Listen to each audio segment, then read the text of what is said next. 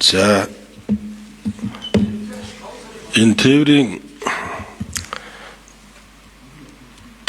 биржийн хууль дээр одоо энэ тээврийн асуудлыг яаж шийдэх вэ?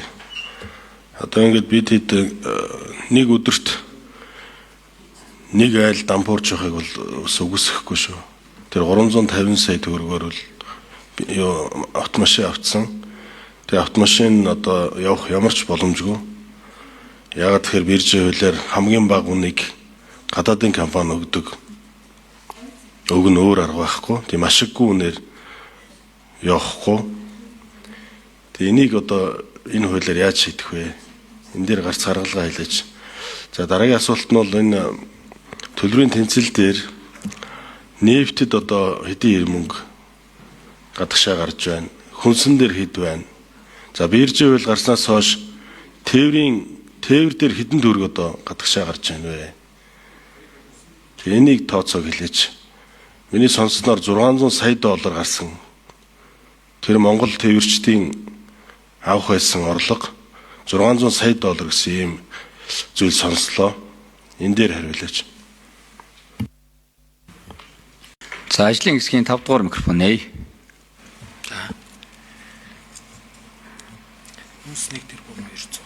Хүнсний бүтээгдэхүүний импорт 1.2 тэрбум доллар байна.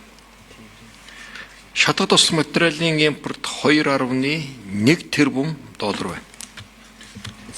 Тэгэл энийг бууруулах гал бид нар чи алтан ширээгийн нийт босруулах үйлдвэр энэ хүнсний ховсгол атрийн дөрөв гэдэг ийм арга хэмжээнд хийгээд байна. Хүнсний импорт бол боломжийн бас буураад эсрэгээр нь бид бас хүнс экспортлох ийм зах зээл машин одоо нэлээд орон зай үүсээд эхэлсэн. Экспорт гаргаад эхэлсэн аж ахуйн нэгжүүд байна.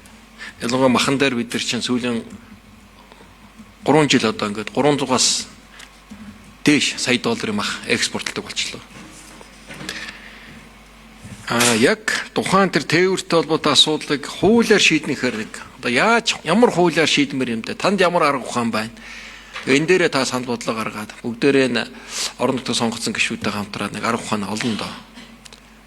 Тэн үнэхээр анхаарал тавих ёстой гэдгийг ойлгож байдаг. Тэр шийдлэх жоон хязгаарлагдмал.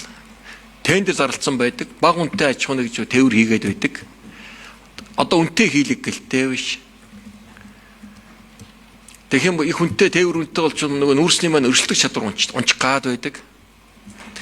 Аль болох бид нар нөгөө зардлыг багасгаж орлогын нэмэгдүүл гэдэг шахалт үүрэг даалгавар өгөөд энэ 95 компани удирдлагуудыг бол маш сайн шахаж ажиллаж байгаа шүү дээ. Хэлг айл бомбтыг бол байнгын тасралтгүй, амралтгүй ажиллаж байгаа шүү дээ. Тэгэхээр нэг ийм л юмны ингээд зөрчлүүд үүсээд байна. За тэгээ бүгдээр ярилцж байгаа нэг арга ухаанлоод газар дээр нь очиод нэг ярилцаад тэгээ наривчлсан судалгаануудыг авах хэрэгтэй. Гишнээ одоо автомашин байна. Тээврийн бололцоо дац хэд байна, хэд илүү байна. Гишнээ ажлын байр илүү гарч байна. Өр зээл юу байна. Тээврийн өртөг тооцоо яаж гарах нь үгээд ингээд судлах юмнууд их гарах нэ. За ийм л хариулт өгье дөө. Сэдвэр жигшөөний асуугаад байгаа тэр 600 сая доллар гэдэг нь үнэн үү гэдэг дээр 7 номер ажлын хэсгийн 7 номер 6 номер. За эдийн засгийн хөгжлийн Яман Эрдэнэ гишүүний асуултанд хариулъя. Асууснаар төлбөрийн тэнцвэрийн статистикаар бол 23-24 онд тус бүр тээврийн зардал Монгол улсаас 1.4 тэрбум доллар, 25 онд бол 1.2 тэрбум доллар гарсан. За үүн дотроо ачаа тээврээр гадны компаниар үйлчилсэн ачаа тээврийн зардал 25 онд 1 тэрбум доллар гарсан. За энэ өөрөө цаана импортын болон экспортын тээвэр задардаг. Яг тухаас уулуурхан компани тээврийн зардлын мэдээ байхгүй байна.